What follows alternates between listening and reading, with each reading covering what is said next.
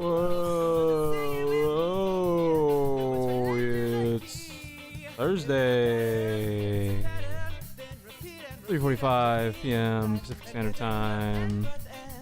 YouTube.com/ARRGHCHEESE, Twitch.tv/ITSLOKK9, Lok9 all the time. Thursday Corn Stream. I don't know if it's working on YouTube.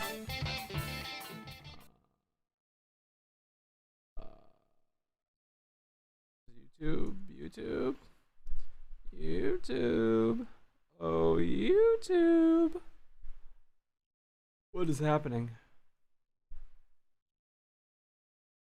Oh.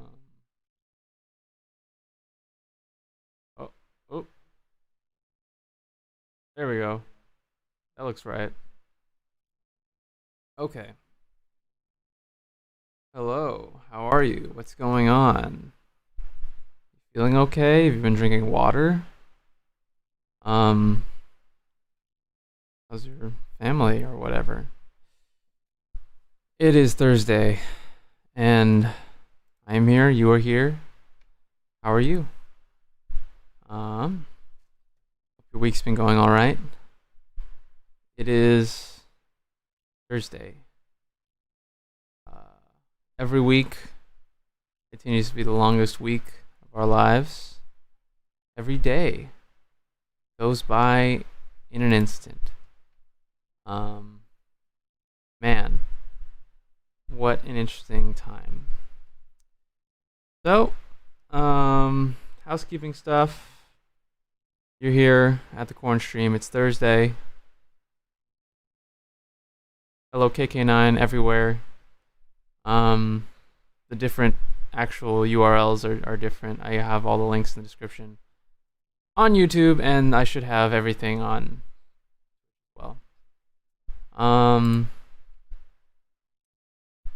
the stream has evolved over the weeks, and I'm thinking, I think I talked about it a little bit on Monday when I was doing that practice stream.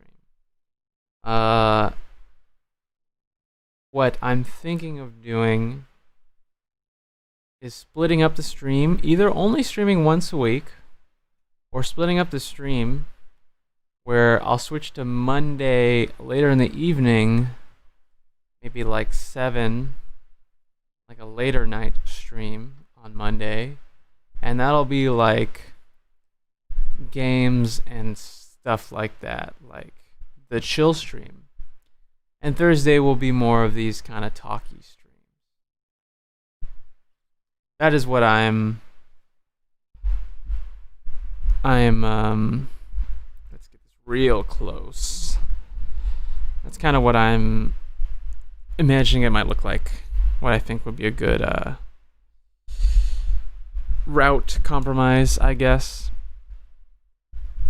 Because I pretty much always, like, on the weekend I do something and I don't have time to think about anything for the stream, so I just wing it on Monday. So maybe we'll lean into that. We'll see. As for today,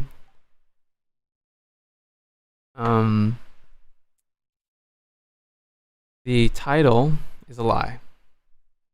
I don't care about that. I don't care what's happening at the DNC right now. I talked about it last week already. There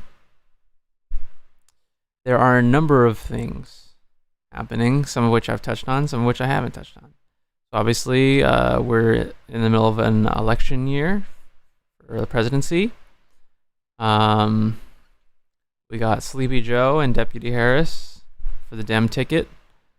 And, of course, Emperor Trump and the Viceroy Pence on the Republican ticket. And not that I don't care. There's nothing to talk about. There's very little to talk about with that. Everyone's already talking about it. That's what's being covered. We know that the handling of the pandemic by the Trump White House has been abysmal. but also Congress has failed to. I mean, okay, we got the money in the beginning. We had the CARES Act. Got some extra unemployment money. We got some stimulus for some businesses. And now we have what? Excuses. Now we're focused on the UPS or the USPS, saving our postal system from a party essentially that wants to privatize everything, while another party only wants to privatize things, only doesn't want to privatize things when it's politically expedient. Of course, the former being the Republican Party, the latter being the Democrat Party. We've talked about that a little bit. We've talked about COVID. We've talked about, gosh, what else is left? And there is, California's continues to be on fire. And there's just any number of things occurring simultaneously.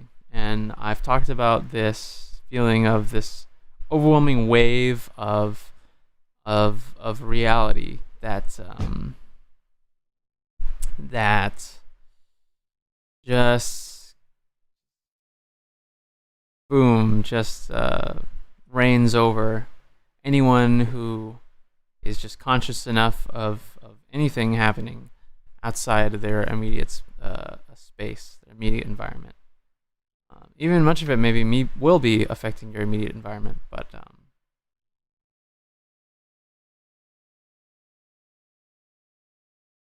so what is it today? What is it that we can speak on? What is it that we can think about today?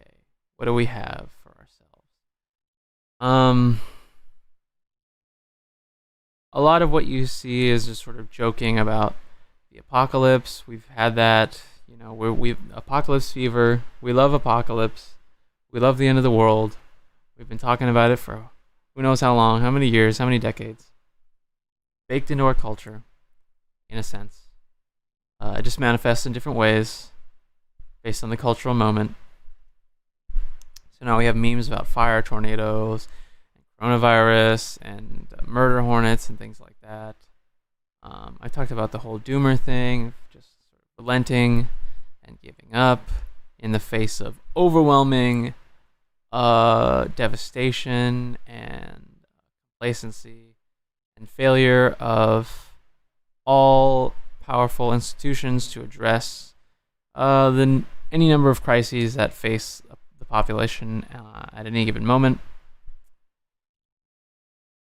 So, where do we go?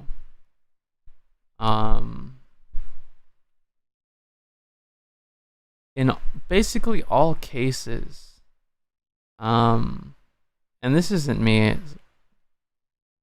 saying anything that's revelatory. I talk about stuff that Matt Christman has brought up before, just because he's kind of he's the kind of madman, rambling madman. That there things that he says are just sometimes overly cynical, but there's often a very meaningful insight. So the insight is that there are a number of ways to look at the current situation that we're in that amounts to basically just a retreat. You can look at all the issues we have, our history of our racist history in America, the brutal institution of policing, poverty, failure of our state to address the pandemic, any number of things. And you could retreat into one or more of these different areas. You can retreat into electoral politics and treat a vote, an election, as the pinnacle of importance and the holy duty of any concerned citizen, like you are a crusader in the electoral war, and you must cast your divine vote for the future of humanity. But really, that's not gonna solve necessarily any of these issues. It might tip the needle one way or the other in regards to how we use our resources as a society to address the issues. But it's not like if I vote for the Democratic ticket, everything's going to be just fine. So that's one retreat. The other retreat is to just give in. Just be like, well, it's hopeless. Well, we're in hell. Everything's really bad, and isn't that funny? I'm the Joker now. That's just a failure. That's an inability to acknowledge the situation we're in, and an inability to deal with your lack of influence and your lack of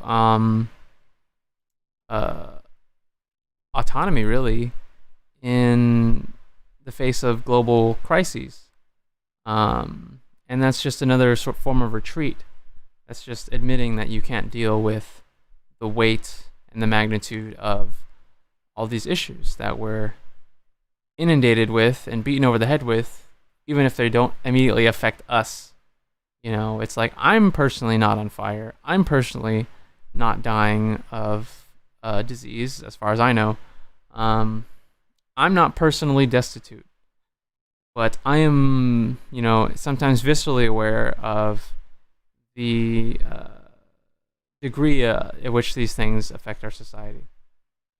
And, that is maybe the same for many of these people who resign to despair when they see all the things that need to be addressed and absolutely aren't in a meaningful way. That is one form of retreat. Then there is, you can retreat into entertainment. You can retreat into social media. You could post it out. You can do your social justice warrior stuff online. You can have a false optimism that everything's just going to be fine, and that not just that everything's just going to be fine, but the sense that you don't have to contribute anything, and you personally don't have to do anything, and your life personally doesn't have to change in any way, but things will just work out because that's just, you're the main character of your life, and so it has to work out.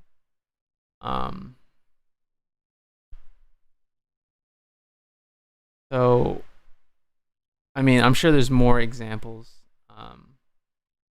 but all these are forms of retreat. And I'm not saying that if you take a day to not think about just what a colossal undertaking it would be to address all of these things, doesn't mean that you're just you've given up or that you are useless. But I think it's the fact that people put so much of themselves personally into one or more of these things, and because it sublimates some of these uncomfortable feelings associated with, having to recognize the depth of shit that we find ourselves in, because they can sublimate those feelings, they put more and more into those forms of escape, forms of retreat. So it's not that you can't get anything out of electoral politics. It's just that you can't get everything out of it. You probably can't even get most of what you want out of it. And certainly, just by passively playing along, you wouldn't really hope to get much of anything. Same with these other forms of escape. I mean, I guess you could say, at least in terms of engaging in elections, you have the semblance of influencing um, sort of social momentum by posting and by sharing information and things like that. You have the possibility of influencing other people, and certainly feels like at least you're contributing something, but that could be a very deceptive experience, at least to the degree that you are putting, you know, excess amounts of focus and energy into those things. Now, there can sometimes be genuine and significant opportunities in those realms. Maybe, honestly, who knows at this point? Because I can say right now that, if the Bernie Sanders campaign was successful in getting the Democratic nomination either in 2016 or this year, I could say, I could hypothesize that we'd be in a very different moment politically and socially, and that it would actually lead to something more tangible for the majority of people. But I don't know that, I've talked a little bit about the part of the failure of that campaign, and part of why now there's somewhat of a dead end with the surrogates and so forth of that campaign, is that it's like a beaten dog, even though it's been abused and it's better off anywhere else, it'll come back because it doesn't know anything else, and it knows at least it'll get fed.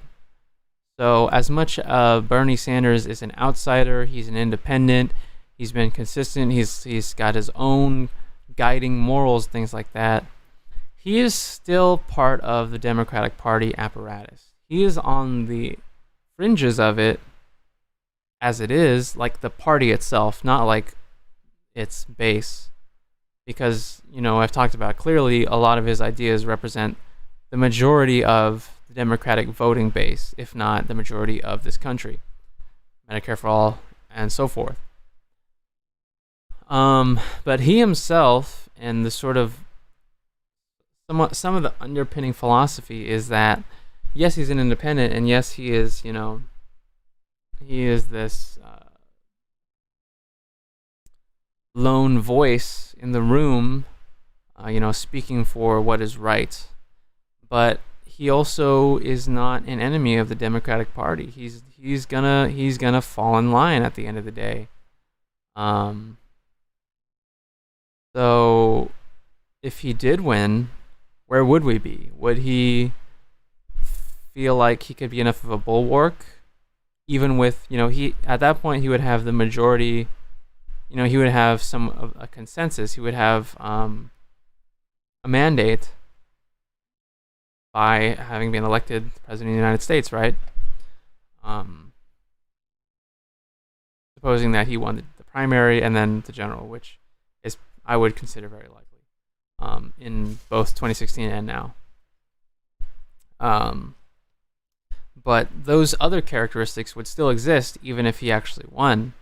Although I don't think, at this point, it seems like the only way to actually have won would be to address the shortcomings related to those characteristics of being, truly, in his heart of hearts, loyal to the party and to the electoral system.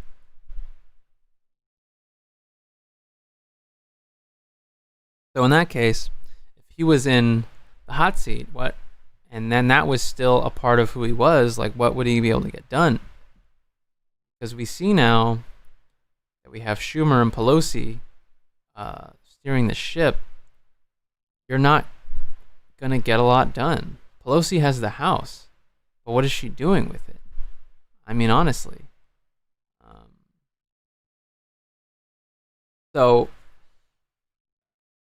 that was just like a long tangent to basically say, like, okay, maybe there are times when there are genuine opportunities in those different realms, and that it's important to take that opportunity and to put a large amount of our focus and energy into those things, like a political campaign, like a social campaign online or whatever. But is it? I mean, it's you can't disengage from. I mean, I guess the question is, how much do you play the game, and how much do you get out of playing the game? What have we gotten out of? I mean, at first, me, it wasn't just like, oh, I see the Bernie Sanders campaign and I see an opportunity to create a better world. So I'm going to strategically put my energy into that. It was, oh, here's a campaign that is exciting in ways that I haven't felt since I was much younger, that is illuminating issues that I haven't connected and thought through in that way.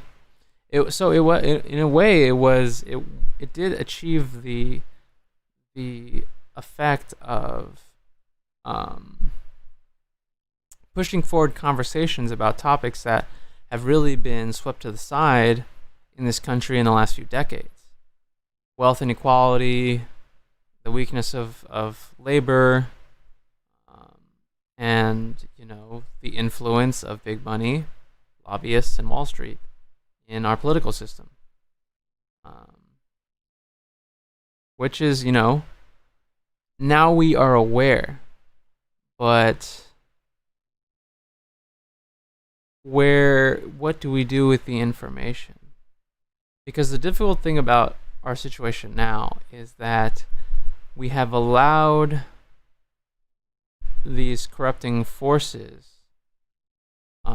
to take more and more power in this country over the last maybe half a century. The point where it was like, okay, in 2008, 2007, these guys almost destroyed the global economy. And so we picked them up, dusted them off, bought them some new clothes, and said, don't do it again, without really actually meaningfully address how they were able to do that in the first place. And to this day, we still haven't addressed that. And so, in these moments of crises, it's usually those kind of guys who make it out on top. Whether it's a recession or a depression or a pandemic, it's like, if you have the resources to weather the storm, you can sort of gobble up all the stimulus, all the emergency stimulus that you need, and sort of absorb the competition that can't hang when it comes to these crises, and all the smaller guys will get left in the dust. So the rich get richer and the poor get poorer, and it just continues on as we continue to not address the conditions that make these things not just possible but inevitable, right?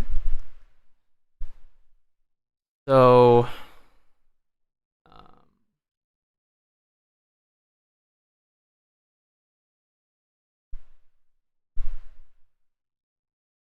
So, what is it? What is it that we are to do? And is it something that we have to constantly be engaging with in order to, push things forward?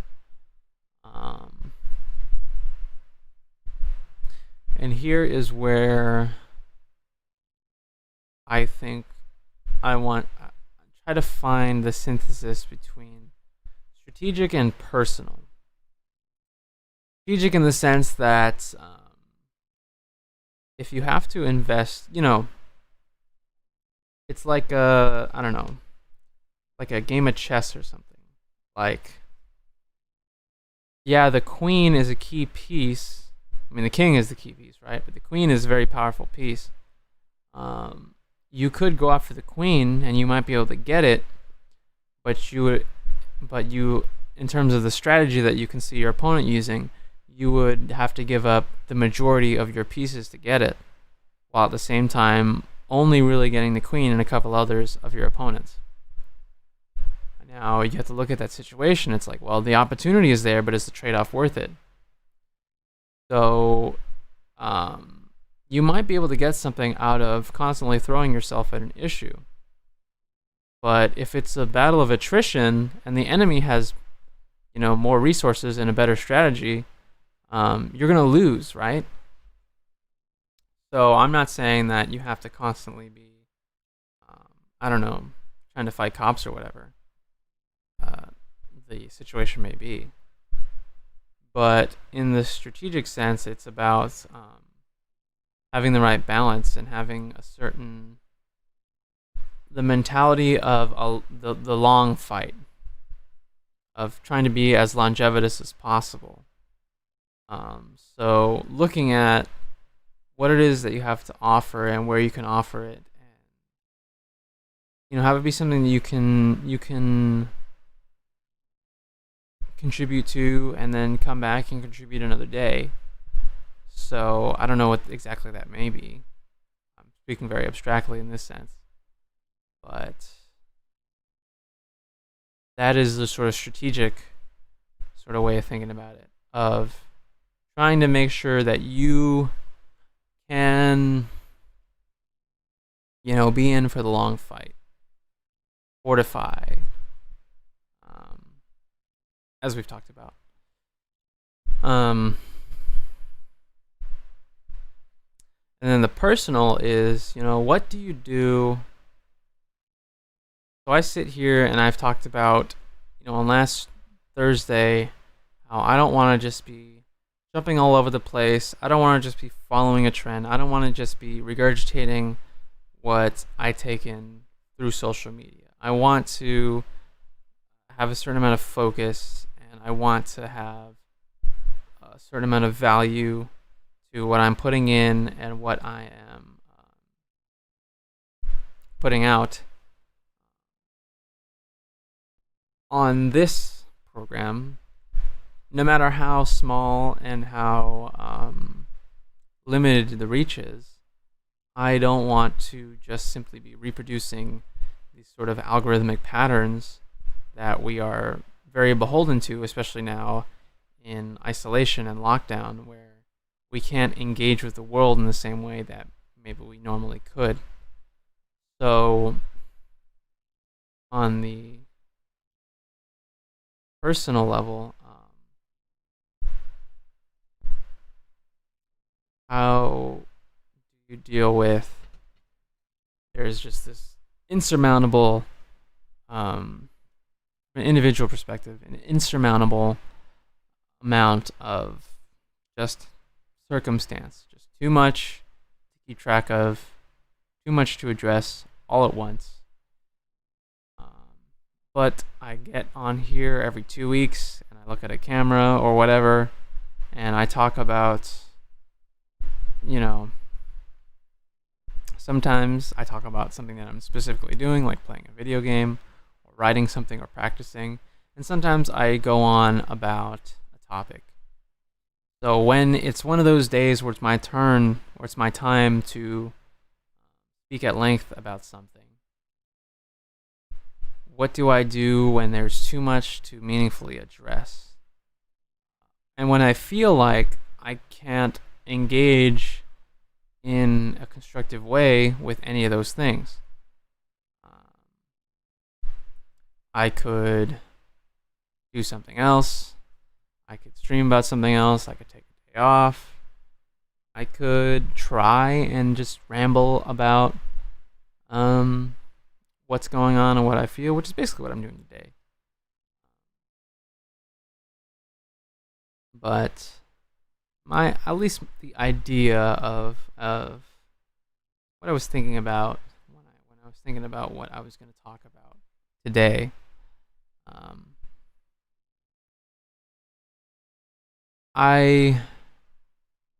this is sort of the fifth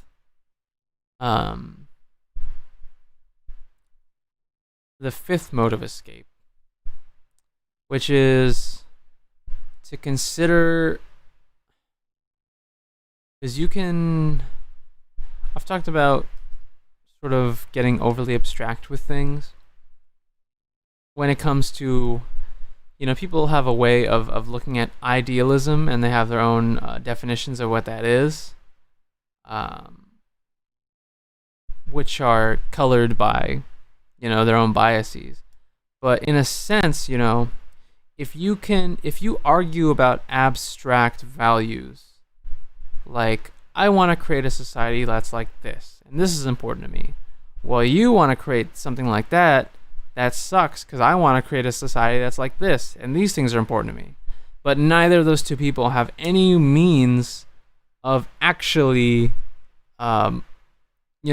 moving their society in either of their preferred directions. That is pure, ideology. That is meaningless.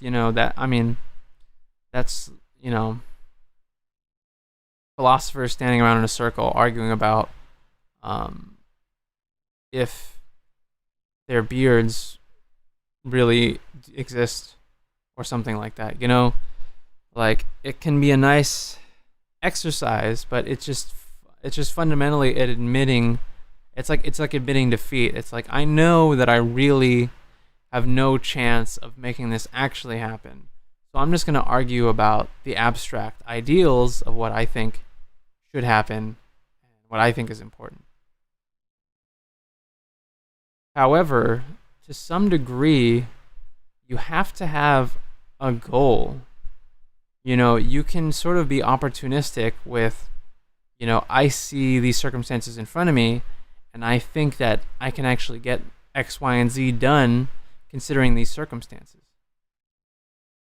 And that can be that's just you working with what you got. But if you have no sense of, this is ultimately what I'm striving for, then what are you actually doing? Like, what is motivating you to engage with any of these things, right? And how would you even know what is the best course of action when presented with an opportunity? It's like, oh, I have a choice between A and B. I don't know which would be better, and I have no opinion, but I'm going to really try hard to make B happen for some reason. So in that sense, it is important to have some sort of grounding, at least a vague idea of what it is you would like to happen and what it is you're working towards. And I mean, I'm talking about this in a sort of social, political kind of dynamic, but obviously this could apply to just about anything else. But of course, obviously there are no personal choices that are just devoid of context from the world that you live in. Everything happens within the context of your environment. Not that you don't have a choice to make. It's just that you don't exist in a vacuum. So it is sort of fallacial fallacy. That sounds funny too. Sort of doesn't make sense to think in those ways of separating those two things: the social, the political, and the individual. Those two things exist in a dynamic with each other, or all those things exist in a dynamic with each other. They don't exist separated from each other. But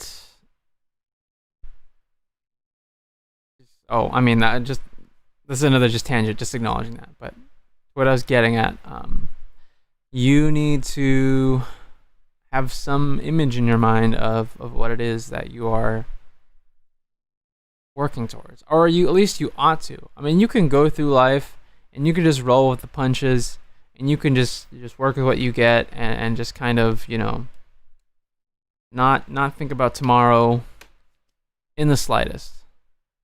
You certainly can do that. Um, but it doesn't necessarily, it's not necessarily to one's benefit. I mean, it sort of depends. Again, there are things that we will likely never be able to influence or affect in any way. Like, for example, the president. I could vote for the president of the United States, but really, I have zero influence over how that actually comes to happen in the end. So, but again, it's one of those things where if you spend all your time sitting around and dreaming up a possible reality, and you do nothing to try and create that reality, then all you're doing is daydreaming, right? Same with putting all your energy into any of those other avenues. Some energy and some focus might be beneficial to whatever it is that you're working towards, but it won't do everything. You need to be multifaceted in that sense. So I guess that's the balance between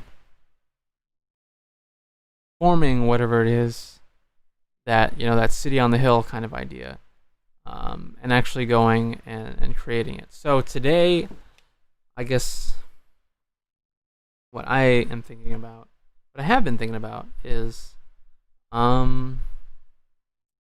what essentially what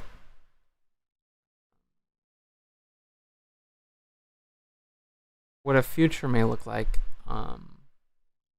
What kind of opportunities could I and would I try to create for myself in the near or distant future? Relating all those things in that dynamic that I mentioned, the personal, the political, the social, taking all those things into account, what is the thing that I would personally strive for? And things like this stream and everything that I've been like trying to put my time and energy into during this pandemic,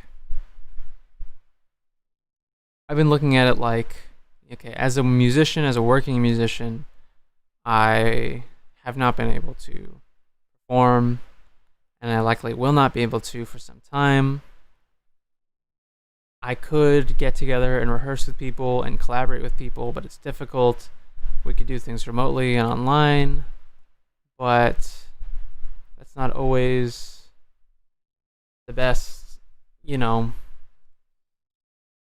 it's not always the best dynamic to collaborate and create in, and it's difficult to sort of, when we're in the social media moment, like, what is it that people are actually thinking about? What is it people that are people actually creating and trying to do?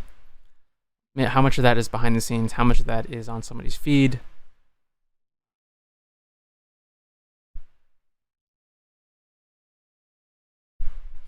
So I've been thinking about all these things, but it's difficult right now. So I'm imagining, what does that look like in a not too distant future where we at least have a vaccine? And I don't know. Again, it's hard to say. Like, the biggest lesson I've learned in the past few years is that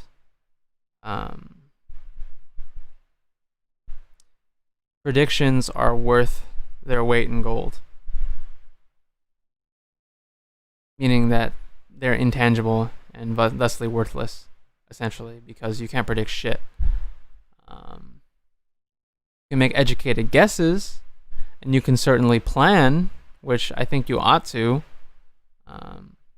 It probably is helpful to a degree to actually have, a process for things, but those don't guarantee anything.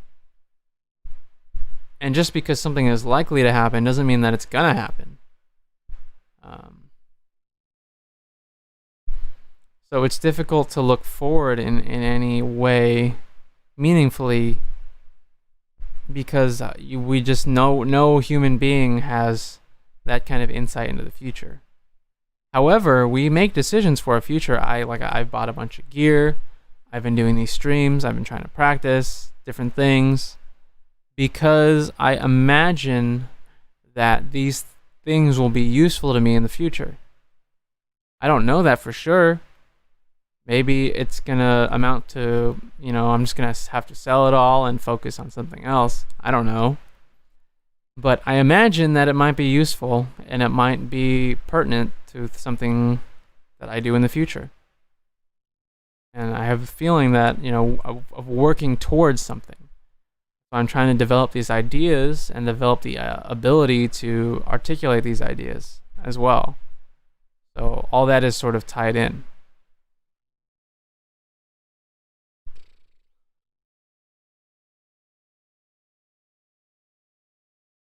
But knowing that you can't predict a damn thing, what do you do? I mean, I guess you just do the things that I just mentioned, that you try to start building the foundations, and you just do things with them and just see where it takes you. Maybe you have some idea of what you would like, but even though you don't have any idea what might actually happen.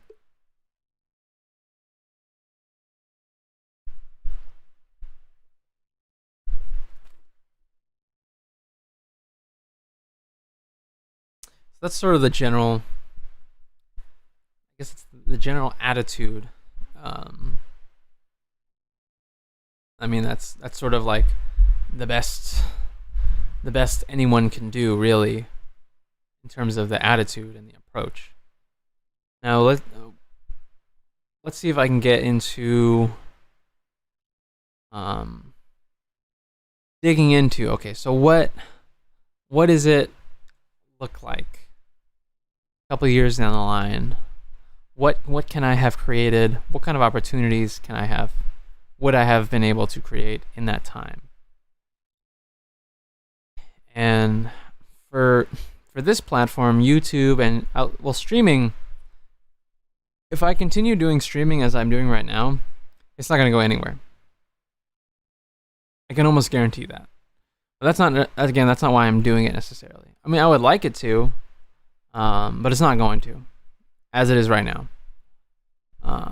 The YouTube platform I have a lot of ideas for, but it is, I don't know. It's hard to create something out of thin air when it isn't just for shits and giggles, It's like I want to do these things, but because there is a sense of like, I don't know. It's different when you're trying to get a result, right? Like, if I was just messing around, like, the difference between, well, I don't know. I could pick up a recorder and have very little expectations about what I'm going to do with it, what I can do with it. Maybe I can use it specifically for things that I want and take that sort of seriously. But generally, if I pick up a recorder, I'm not going to have a lot of expectations for what I can make of it.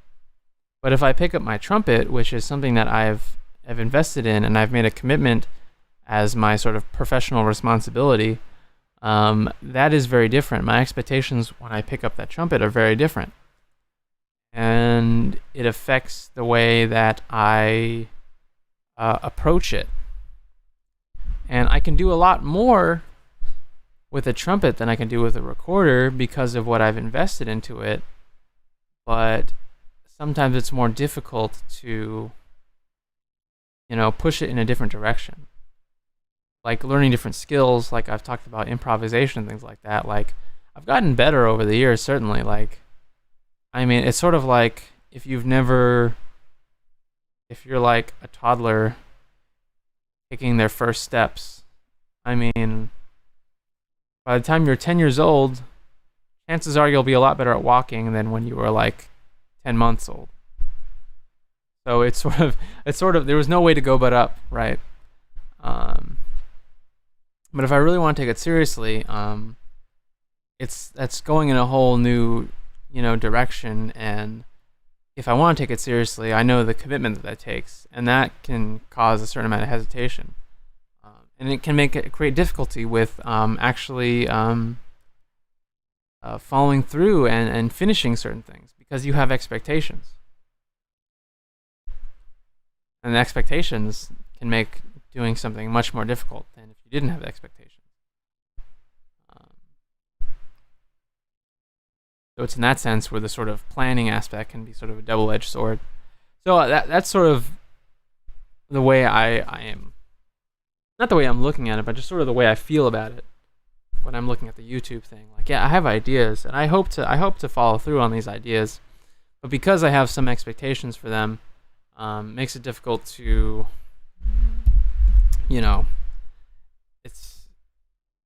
it's like, another analogy, just more analogies. Why not?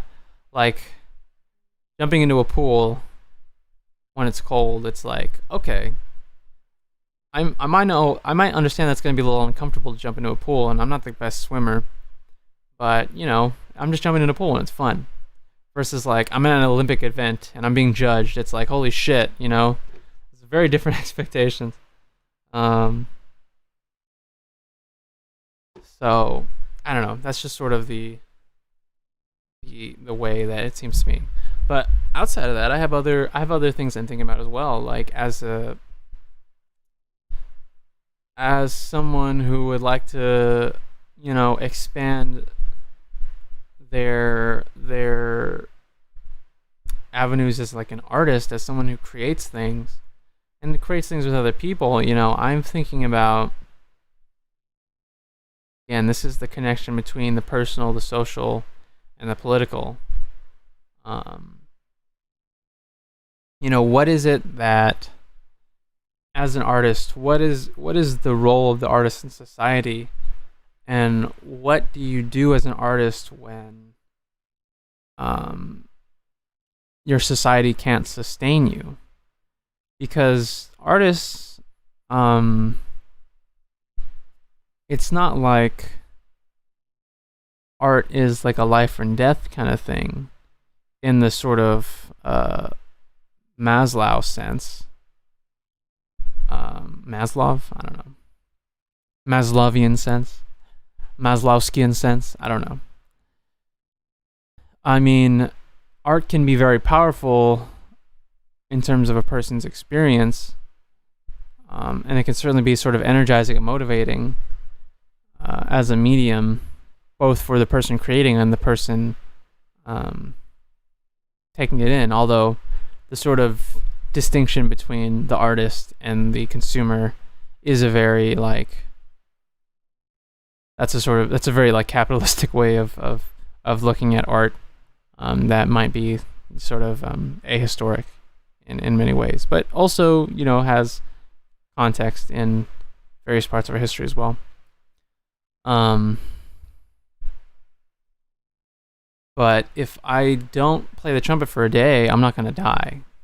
If I don't play it for a month, I'm not going to die. And if someone doesn't hear me, everyone on this planet could go their entire lives without hearing or seeing anything that I've ever done, and they would probably be perfectly fine. However, that is not to say that artists don't contribute anything to the society that they live in, but because we have this very market-based mindset around art, there's very little sustaining artists as part of society. Art is just something that is I don't know, it's like magic. It just sort of comes out of thin air, and sometimes people get paid for it, and sometimes a lot of times people don't get paid for it. And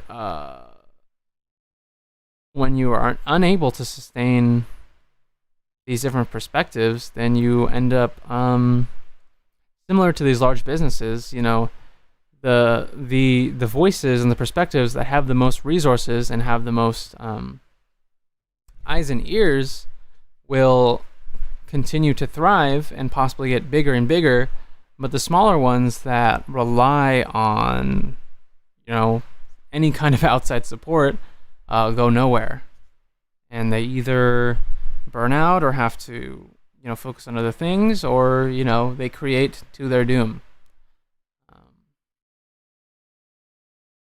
So how is it? I try to think of, as someone politically concerned with the class dynamic of labor versus capital and things like that.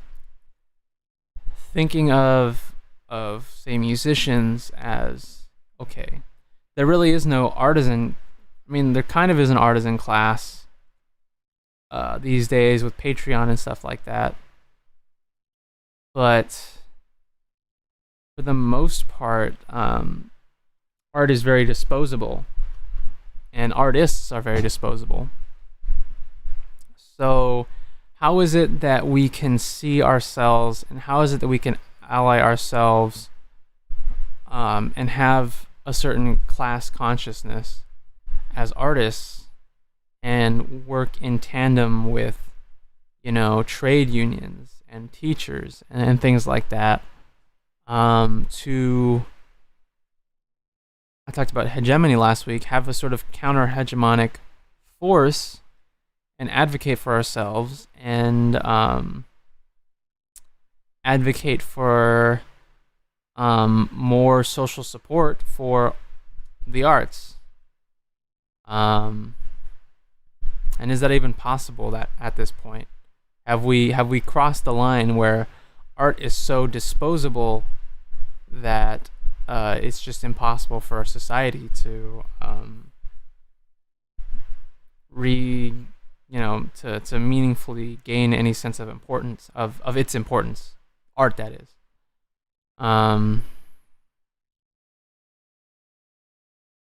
So that is the dynamic at play.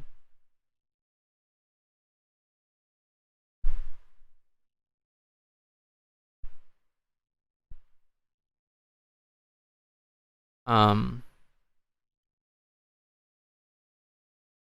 my thinking is to, like everything else, to focus on expanding connections, expanding collaborations, and focusing on movement building. So and focusing on building alternative institutions. So as a musician, we have labels, recording studios, venues, streaming services, and stuff like that. Social media. But we don't control any of these things. We don't have, what are the means of production in these new distribution, these new modes of distribution. So what I have thought of, I'm sure I'm not the first person to think of this, but maybe I wonder if there's a way to, because we have musicians unions. There are two very close to me, and they are relatively influential to the degree at which the industries that because music industry is super broad and it's generally very decentralized. So the Los Angeles Musicians Union has a lot of say over what happens in, say, movie studio recordings for film scores. But they have almost nothing to say about the bar gig that you take on Saturdays. So if you're on that big blockbuster film, you could play one movie and be set for a very long time, depending on what it is. Like if you're on Star Wars, I mean, Jesus Christ, you are set. Um, but there's nothing stopping you from making, you know, $25 playing for 3 hours at a bar. Um, so how do we address that? The sort of lack of real centralized influence, and not that things have to be centralized in order to um,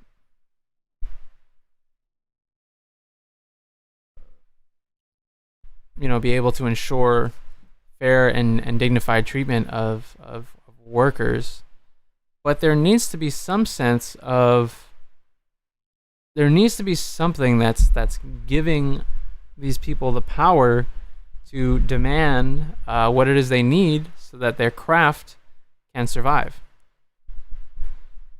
So I'm thinking about, okay, if musicians aren't the ones who are writing the checks and we're not the ones who control the venues and the spaces, how do we get to the point where we can? And what is the limit, really? Because the money is all there somewhere. But I was thinking about, like, okay, what if we had like a restaurant venue that was a co-op between sort of music director who curates all the acts and sometimes performs, and like the manager of the establishment and like the head of the kitchen and stuff like that, and then all the other workers who fall under those systems. What if it was a cooperative between all of those parties, not just the leaders of those parties, but all the everybody on staff as well? So it was a cooperatively owned business that unified different service industries, music and food and things like that.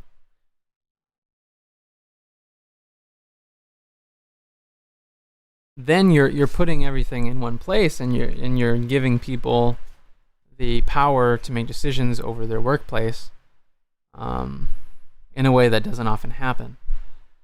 But as far as I know, restaurants generally aren't even very profitable. And you can't just make people suddenly value art because we've been taught to. It's been a race to the bottom with all commodities in general. And everything has been commodified at this point, including art. So, like, what do we do? Do we somehow convince people that these things are valuable and worth paying for? Or is it somehow we have to get government subsidies of various arts and things like that, or small businesses or whatever? And how are these smaller guys supposed to compete with massive companies? Massive landlords, massive franchises, massive labels, massive streaming services and various distribution services. There really is no competition anymore in a lot of these sectors. Most of the competition is just like bullshit, where all these new ideas are just things that, as businesses lose tons of money and just live off of investments, and then certain people get really rich, or I don't know, there's somebody's getting scammed somewhere, right? Or it's just a way to get something to cost less, where it's usually squeezing money from people, because we have very little in the way of new technologies and new avenues and new frontiers for innovation and stuff like that, and excavation of resources and whatnot.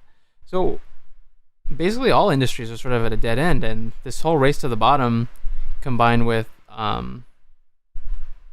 race to the bottom in terms of valuation of products, and trying to squeeze as much money out of every little thing as possible. It's like, how do we can we inject value back into art? Can we somehow make people think that it's valuable?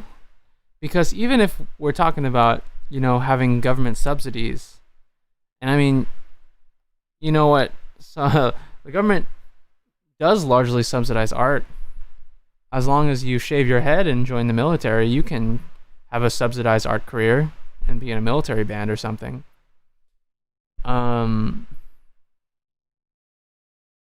But in terms of like community art programs, things like that, where is that? And wouldn't it make sense? Wouldn't you have to get people to care about the value of art in order to, build momentum for creating that kind of like subsidization of the arts in the first place? At least on a large scale, maybe in like your local municipality or whatever, you can be like, oh, here's $1,000 to give kids instruments so they can join the elementary school program or something. Maybe you can get that, but like billions of dollars to make art accessible for the majority of people and make it possible for people to engage in. And not that everyone has to be professional artists, but just giving people the opportunity to actually engage with art and as a society saying, actually, this is valuable, so we're going to invest in it.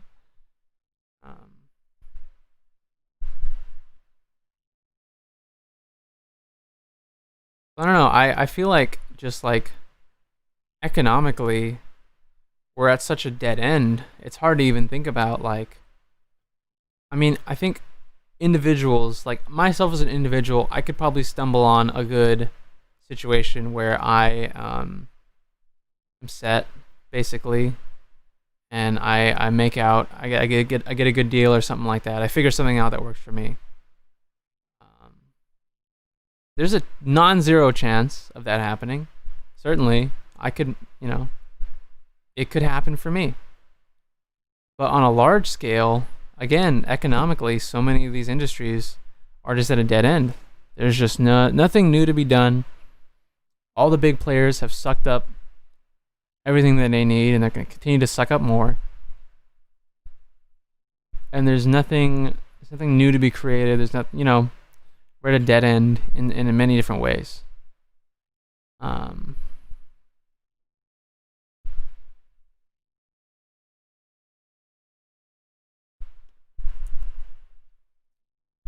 So is it then that I recognize that and say, okay, how do I get my own little piece of the pie? I think that's a lot of what that's sort of a lot of how people make the most out of like our economic situation. It's just sort of like as scavengers, it's like you see a dynamic, you see a market, and there's really nothing for you to bring. There's nothing for you to innovate. It's like flipping a house. Somebody is just fucked. They lose their house. They have to sell it at a ridiculously low price. And you somehow have the capital necessary to take advantage of that. You buy it up. You maybe fix it up a little bit. And you just sit on it until, you can easily sell it for more. At least until, there's a market bust. In which, basically everybody is foreclosed on or whatever. And I've seen that kind of strategy play out in a number of different areas. Lost my only viewer. My shit frozen?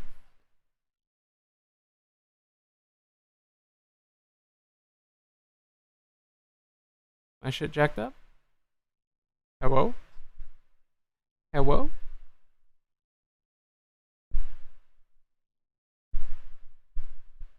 Stream coming in good?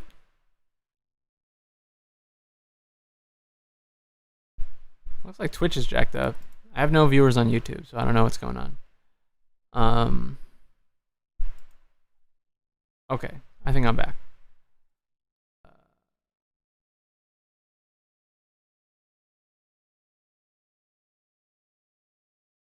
Yeah, do I take the vulture approach and just try and find, kind of worm my way into a situation that works for me?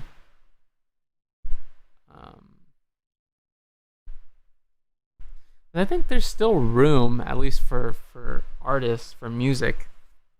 Like if you're really good and you know how to play the game, because like we could talk about how social media and things like that, the internet gives you an opportunity to reach a wider audience than you might normally be able to.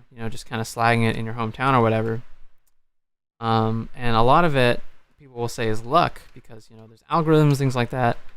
But to a certain degree, you can sort of game it. Like you can do the clickbaity titles, you can do the weird thumbnails, you can do all this kind of bullshit to gain an audience, and we basically know how that works at this point. We basically know there's very little things that feel entirely spontaneous, because even if they are wacky and spontaneous seeming, they often fit into these like predefined modes. Like the whole online space has been pretty carved out and pretty well defined at this point. So anyone could really play the game of just getting really good at a few different things, including, playing the algorithms and stuff like that, and use that to probably over time gain an audience. Like, I don't know what the reliability rate of that is, but it's still possible for that kind of thing to happen. Now the slice of the pie is getting smaller and smaller and smaller.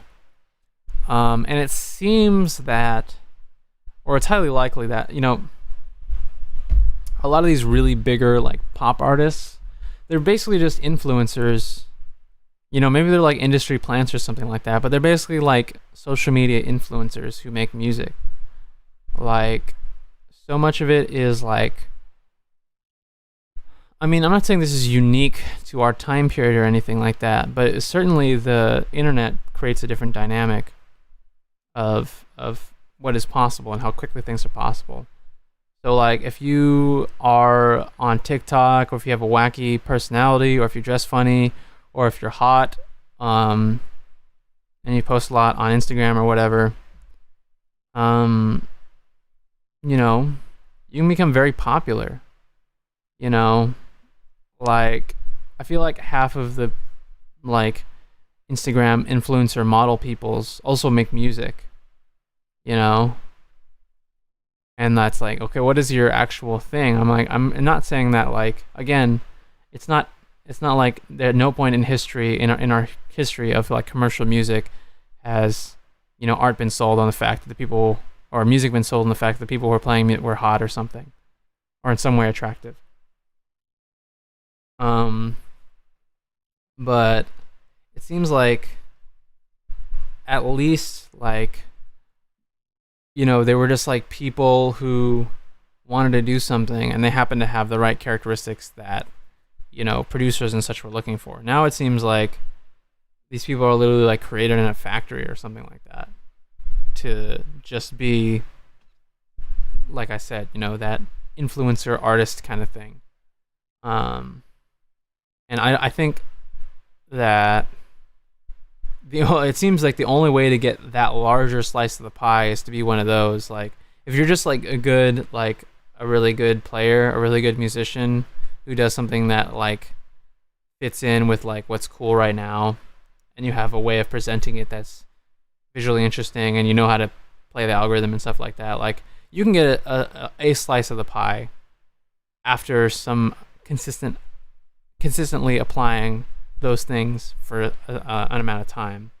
But it's going to be very, very small compared to someone who is, I don't know, was born in a TikTok laboratory or something like that. I mean, there are people who can kind of be all of those things, I guess. But I don't know. there's some very weird dynamics when you're looking at the industry in that way. Um, and these patterns that are not, they're not particularly subtle, I guess I would say.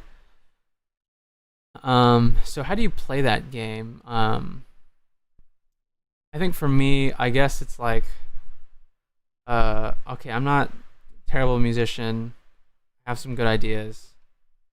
I look, all right. And I could use that if I really wanted um, to maybe get that little slice of the pie, I guess, if I was just concerned with playing the game. But is there any way to get your foot in the door without just playing the game as much as possible? You know what I mean? Like, because even now, like, people who like YouTube, like the whole YouTube thing was like about how like amateur and like personal and individual it was. YouTube's all about authenticity, and now it's like authenticity after you do an Audible ad or something like that. You know what I mean? It's like it's just another highly commercialized medium that has its own sort of aesthetic, whatever patterns and values. But it's just basically just another coat of paint on the same thing, right? Like, there's nothing too special about it. Like, yeah, these weird, wacky people can sort of come out of it, but the very biggest channels, they're consistently the biggest, it's just another studio. It's like another TV studio. Yeah, they're producing something that maybe you wouldn't see on TV, but it's strategically and business-wise pretty much the exact same thing. So is it possible, and even smaller channels will do it to a certain degree. I mean, like the in-video ads and stuff like that. Like, I have ad block and shit. Like, I'm not watching the fucking ads before and during videos. So people got to get their money somehow if they're doing this as their job. But that's what I mean. Like, to what degree, like, how far can you get without playing the game, or how much of the game do you have to play to get in at all? Like, what is the minimum amount of buy-in that you need to get anything out of it? Are those days gone where you can just kind of do whatever, not have any kind of consistency, just fucking doing things that because they seem funny to you or they seem interesting, and just putting it on here because you just feel like you want somebody else to see it? Can you do that and find some sort of financial, monetary success? Or do you have to treat it? And what does it mean to treat something like a job? Like, I can take what I do very seriously, and I can put a lot of time, effort, and money into it, and not get anything fiscally back due to a lack of playing, again, I'll say again, playing that game of gaming the algorithm and just trying to focus on what you think will get the most ad revenue and so on and so forth. So is that it? Is it like you can take the craft very seriously, but if you're not willing to dip your toes into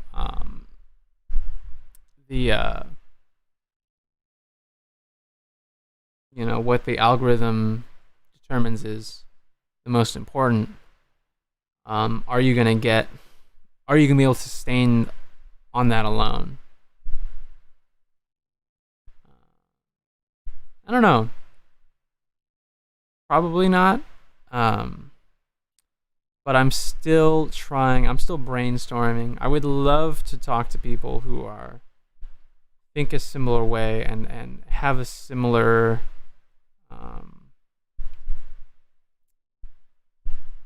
sort of like, they're asking the same questions. But I mean, I think a lot of us honestly are asking similar questions, but when it comes to the part of actually,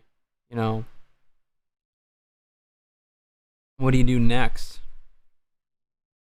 It kind of tends to stop there. not that nobody is doing anything.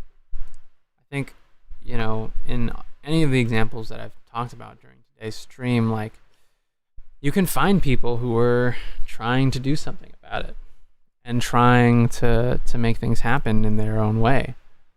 To some degree, I'm there as well. To the extent that I see myself being able to currently.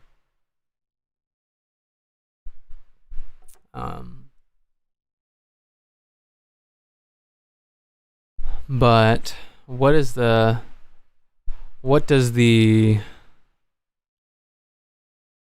long game look like? What is at the end of the road? Where are we gonna end up?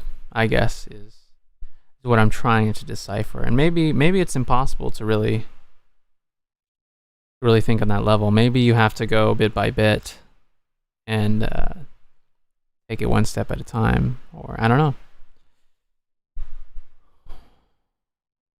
But those are sort of I guess what's concerning for me. Oh, did it freeze again? They're shutting me down. I've done too much. I've given away all the secrets, so they're shutting me down. I don't know. It appears like the stream is frozen. Is it back? Okay, it looks like it's back. At least on Twitch died. YouTube looks okay. Okay, I think I'm back.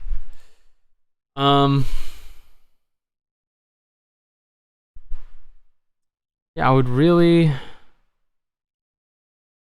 I think as a musician, there's no way. Because, like, I've noticed online, for me, music is like, that is like my life, right? But in terms of other things that I'm really invested in, like, I'm also invested in other art forms, animation, and stuff like that. And I probably follow more visual artists than musicians. And I think that's true. I think it's much easier. You could be far less skilled as a digital artist, and get far more traction on social media than any musician, because music is a temporal experience. It takes a certain amount of time to appreciate a piece of music, and when it comes to, like, a painting, like, it could take you like months to paint something, but it'll take me like literally a second to look at it and form an opinion on it.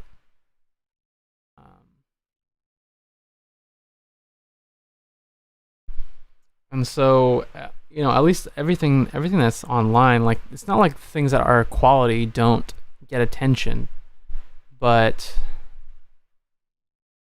I don't know, there are different dynamics at play, right? And it's just generally like music. I guess that's why, you have all these influencers. It's like, it's not like someone who has a really big ass and can dance. It's not like that this disqualifies them from making good music, but it seems like a prerequisite to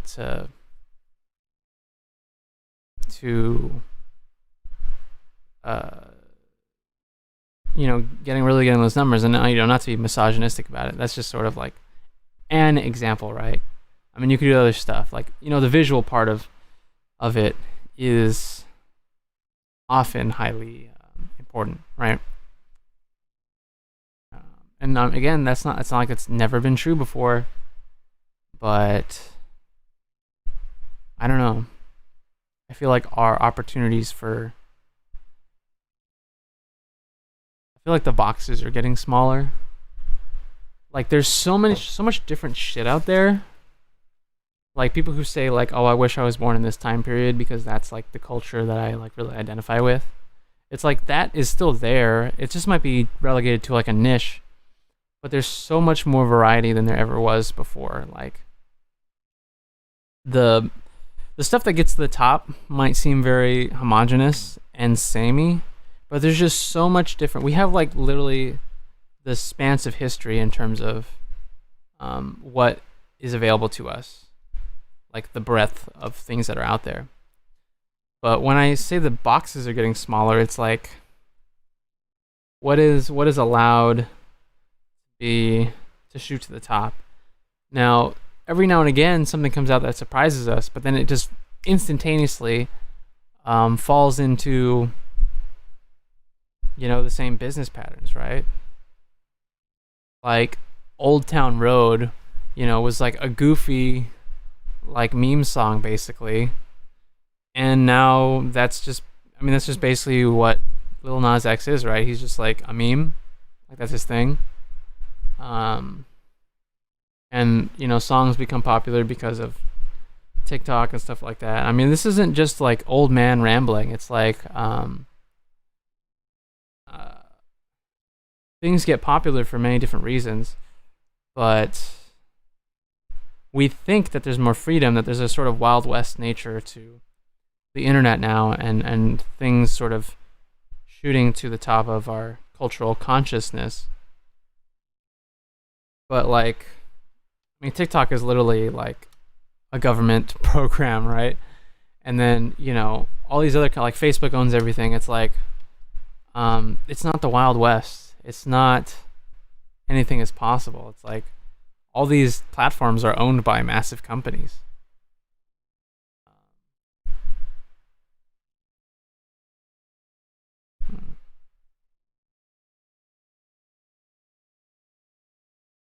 So I think my prescription, I guess, is the same for everything else. Is like,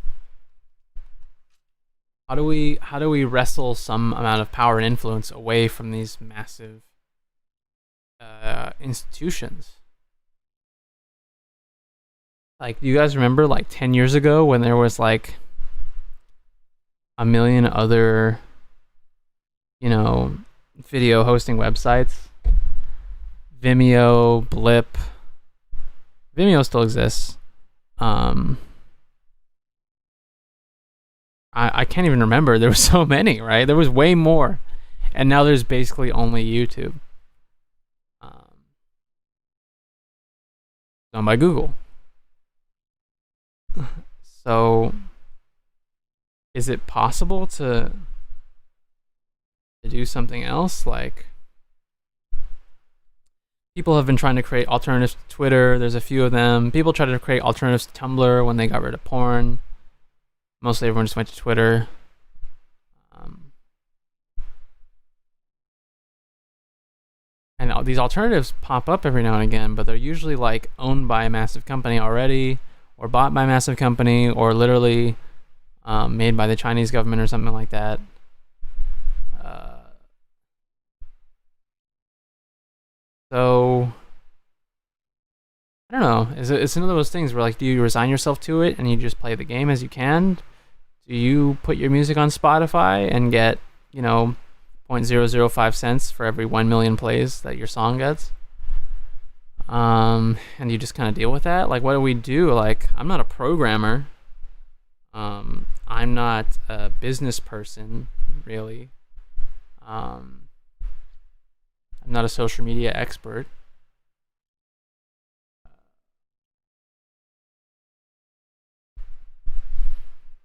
But I think it will definitely take like a number of people being like, well, this sucks for us. It's great for Google. It's great for Facebook. Um, but it sucks for us. So what are we gonna do about it? Is there something that we can? Is there some way to sort of go around that? I don't know. I would like to figure out a way to at least do that on a small scale. Um,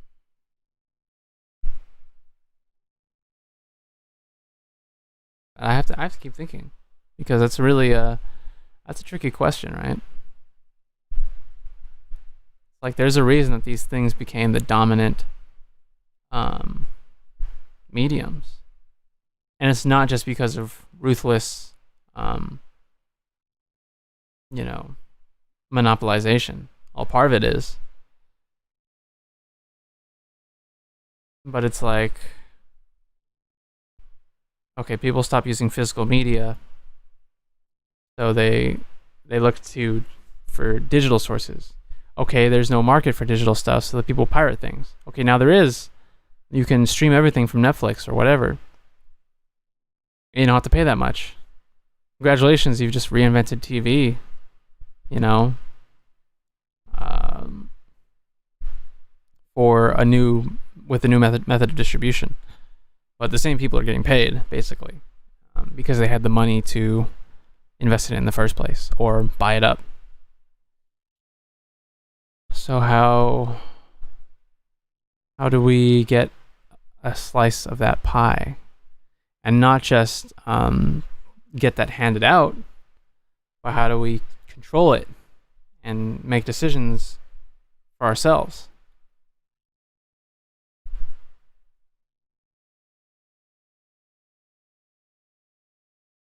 I'm sure Kamala Harris has a great plan for that. I'm just looking at the title of the video, and if you didn't watch from the beginning, I never intended to really talk about that. I just thought it'd be funny. I thought it was a funny title. Um,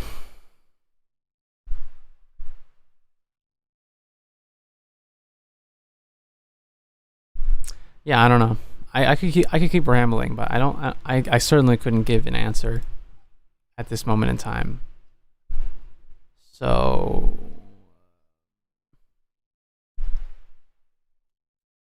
shit. I guess that's all you got from me. Okay. Yeah. I mean, shit. If you have thought even a little bit about this, I mean, please tell me your thoughts in the comments below. Like, comment, subscribe, or whatever. Because I want to know if anyone's even just had like an idea of what to do, because it's rough, right? This is where you miss those late night long sessions after a gig, where you're going out and you spend more money on drinks than you got paid for the gig, and then you're at Denny's at 3 in the morning talking about different shit. Just be one of those situations like, man, we're really getting fucked, huh? Yeah, blah blah blah, and then maybe I do this or maybe I do that. And this is definitely where you miss those kind of sessions. But yeah, thanks for listening, watching. Hope that at least something to chew on, right? So we'll be back on Monday. I'm gonna say that I will try to do the late night stream on Monday. I will see about doing like a 7 o'clock like gaming stream or something, 7 p.m. But anyway, Mondays and Thursdays. Enjoy your weekend. Have a ball. Don't have too much fun. It's fucking hot. Hope you've been drinking water, because I am sweating and the air is on. But anyway, as usual, you're the best.